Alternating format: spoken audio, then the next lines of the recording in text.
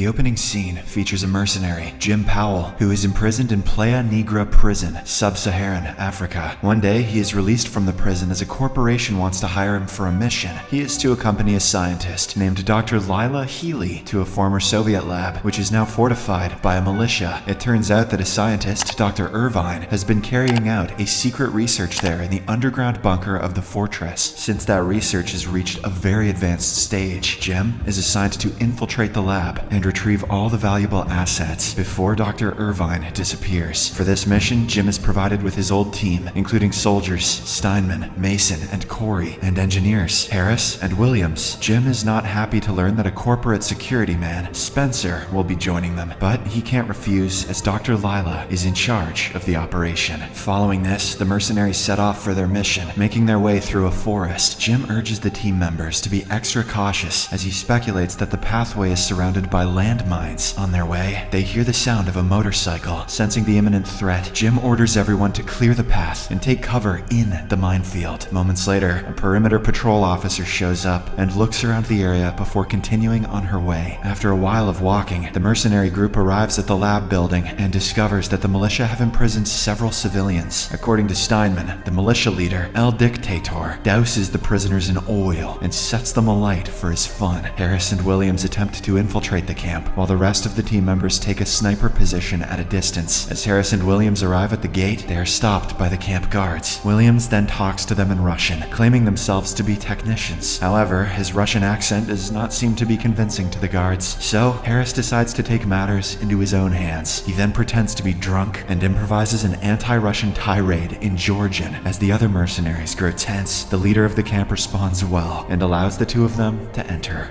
Alcoholism is hilarious. Come on in. Once inside, Williams and Harris take control of the base's security system, after which they remotely guide the rest of the team to the underground bunker. As the team sneaks inside the fortress, they come across a room where a half-naked woman is bound to the ceiling with tape over her mouth. At this point, the team faces a dilemma, as they are unable to decide whether they should rescue her or abandon her. Jim asserts that no matter what they do, the militia will find out about the intrusion. In the midst of their deliberation, they hear the sound of approaching footsteps, so they instantly turn off the room's lights and take their positions to attack. As soon as the guard enters, the team grabs him and begins strangling him. In a desperate bid to fight back, the guard opens fire, but the mercenaries manage to kill him. Following this, they turn on the lights, only to discover that one of the bullets has penetrated the captured woman, resulting in her demise. Now, the group is worried that the guards might suspect the infiltration. Shortly after, Spencer comes up with an idea to evade the suspicion. He takes off the dead guard's pants and then unties the captured woman, staging the scene to resemble an assault. After this incident, the mercenary group heads downstairs to the underground lab. Meanwhile, in the control room, Williams and Harris are approached by the same patrol officer from earlier. She asks what they are doing, to which Williams pretends that they are repairing the monitor cables. She is suspicious by the sudden arrival of technicians, but she does not confront them yet. On the other hand, the rest of the mercenary group heads deeper into the underground bunker with flashlights and guns in their hands. At one point, Steinman feels that someone is tailing them, but she doesn't find any immediate threat. However, Williams and Harris, who are monitoring their comrades, notice someone on the surveillance feed. They attempt to alert the group regarding the same, but they are unable to contact them due to poor radio signals in the underground. Thinking of an alternative, Harris resorts to heading to the underground bunker to alert the group in person. A short while later, Corey, who is leading the rear, is surprised by a silent attacker who stabs him with a syringe before disappearing into the dark. In a state of panic, Corey opens fire, but there's no one around. Alerted by his gunfire, the group returns back to Corey, who then tells them about the presence of somebody else. However, he doesn't disclose that he had been stabbed with the syringe. Jim orders them to ignore the attacker and keep moving on their way cautiously, because they just don't have enough time to investigate. Not long after, Corey starts feeling very uneasy due to the harmful content of the syringe. He soon develops fever and boils over his body, which eventually results in him falling behind, unnoticed by the others. As the group navigates through a series of dark tunnels, they're suddenly ambushed by some masked assailants who try to stab them with syringes just like they did to Corey. Amidst the scuffle, Harris shows up and starts gunning down the assailants one after another. Unfortunately, he is shot in the stomach by the last remaining assailant before his fellow mercenaries neutralize the threat. After some time, they finally arrive at the lab, where they are greeted by by a grim sight, several corpses lying down on the floor. Moreover, they uncover a trap, a laser transmitter, set to alert guards upon breach. After a while of careful inspection of the area, they tend to the wound of Harris and leave him to rest on the bed, while the remaining group members embark in search of Dr. Irvine. They soon find Irvine in a deeper area of the lab, experimenting on a young girl. In a surprising turn of events, Dr. Irvine greets Lila, revealing the latter to be her former assistant. Astonished, Jim asks about the girl's identity, to which the doctor tells him that she is one of the specimens named Allie. At this point, it's revealed that Lila's major objective of this mission is to take away two specimens, Allie and Gota. These revelations infuriate Jim, who then confronts Lila regarding the lack of information provided to him. He blames her for what happened to Harris and Corey, and he further demands that they leave